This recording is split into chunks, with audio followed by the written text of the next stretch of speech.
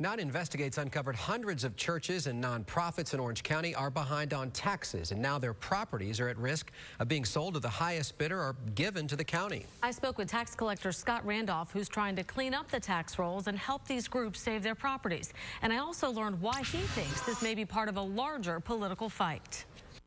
The Mount Olive AME Church in Orlando hasn't paid taxes in 2 years. They owe nearly $6,000. The county could technically come and take your property. What do you think about that? I said, God forbid. Newly elected Orange County tax collector Scott Randolph discovered his predecessor stopped enforcing back taxes in 2003. That means municipalities lost out on more than $1 million in unpaid revenue.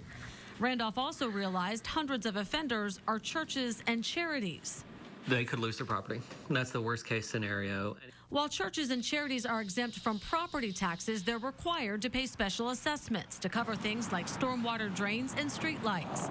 Pastor Crutcher thinks all the fees should be waived, and that way they can help more needy people. That could be a budget breaker for any organization. One of the most delinquent nonprofits is Mending Hearts Charities. The organization owes more than $30,000 on properties like this one that it provides for low-income families. The director says paying the taxes would put them out of business and cause more homelessness. The county doesn't want the deeds, and so they would never enforce this statute. The statute says if back taxes aren't paid in 2 years, the county is supposed to apply for a tax deed, so it would own the property.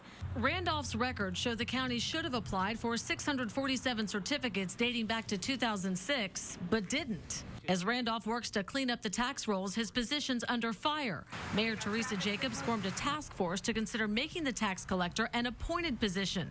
Okay. Randolph says the delinquent tax issue justifies his job.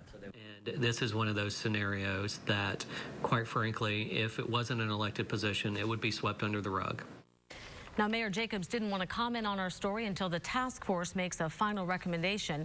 Meanwhile, Randolph says many charities don't even realize they owe these taxes since they're exempt from property taxes. He is mailing warnings to nearly 1,800 delinquent property owners.